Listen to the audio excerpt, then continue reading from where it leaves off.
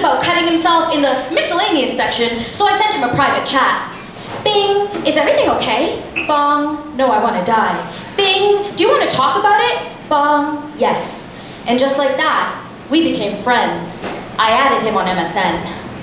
I updated my 122 character screen name once a day to tell everybody about my identity, how I felt about people, my song of the day, and my mood.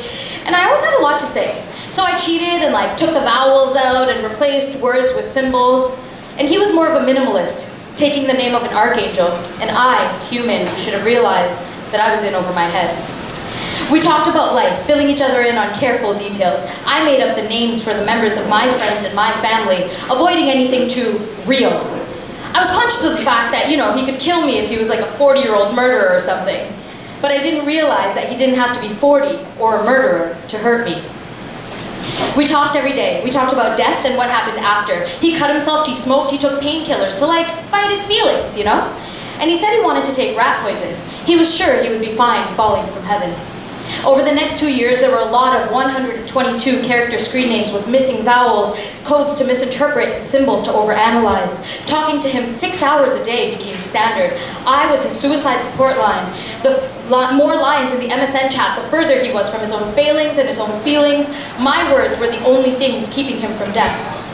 And my words are the only things that I really have left. He wanted to know where I was, what I was doing, and who I was with. I was his, he said, and his alone. His to love, and his to need, and his to hang out with, to hold as tightly as he could from 700 kilometers away. It was beginning to become impossible to breathe. He became the hanging albatross around my neck. High-speed internet was the thing that kept me from going too far. It was my leash, and high-speed internet kept him from taking rat poison. It was his rope. He went from hurting himself to hurting me. His anger sliced into me. The enter key was the razor, and I was the wrist. He sucked in my reassurances and blew off steam, leaving burns on my body.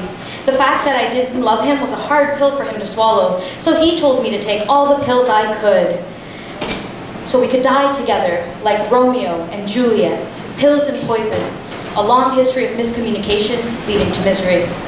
He said that he would take rat poison, rat that he was, keeping a 13-year-old by an open trap, offering treats before he snapped. But he loved me.